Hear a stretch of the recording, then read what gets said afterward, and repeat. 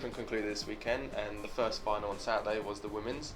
It was Francesca Schiavone versus Sam Stosur, and Kim, what an upset.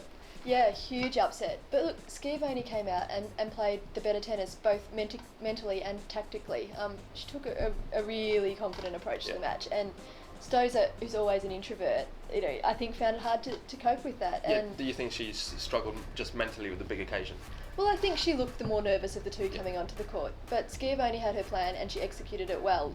She came into the net at the perfect moment and won a lot of points there, and also exploited Stosur's backhand, which is that bit weaker. I mean, the forehand has been a massive weapon all week for Stosur, and she didn't really get the chance to use it, and when she did, she messed it up a lot. So was it a perfect tactical game from Schiavone? Do you think that just gave her the title?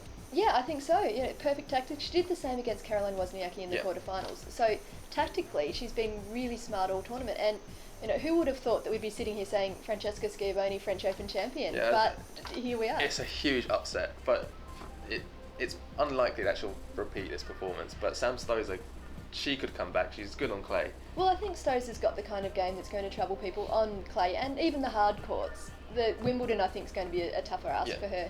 But I would expect to see Stosur in a Grand Slam final again. Schiavone, this might be it, but hey, what? Yeah. Do you think this is probably the best chance Stosur would have, though, to win a Grand Slam against a number world 17 as well in the final? I mean, yes. It's very unlikely you're going to get into a Grand Slam final and have a player ranked that lowly, I guess. Yeah. I mean, she's still a seed. But she's there on merit. Yeah, she was there on merit.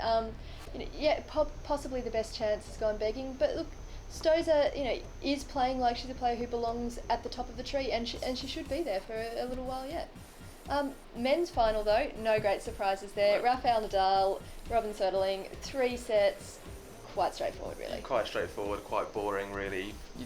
It wasn't the game everyone was hoping for, 5-set thriller, but credit to Rafa because he, made Soderling play that extra shot, and that really worked because Soderling was just making error after error after error, and there was a point on things in the first set where he had break point, and Rafa just made him play an extra shot, and he hit the backhand down the line long, and that just really killed his confidence, and he never found his rhythm. Yeah, I think it was 45 unforced errors to 16, yeah, so that makes a huge difference. Just too many. I mean, against Federer, he just kept pounding. He was just trying to bludgeon Federer, and against Rafa, he couldn't do it because Rafa has got that step that he can get the ball back and makes him play the extra shot. The rhythm wasn't there. The serve was just terrible. I mean, the percentages, if you just look at them, I think it was like 45% in the first set. It's not good enough. He just never found his rhythm. He didn't. And look, each player had 8 breakpoint chances. Nadal took 4 of them.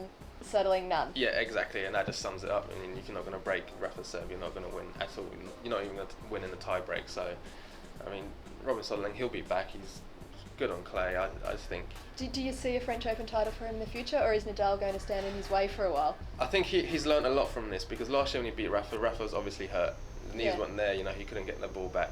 But next year, I think if he does make it to the final again against Rafa, I do think he might give him a better game this time because he's just learned so much more from this final.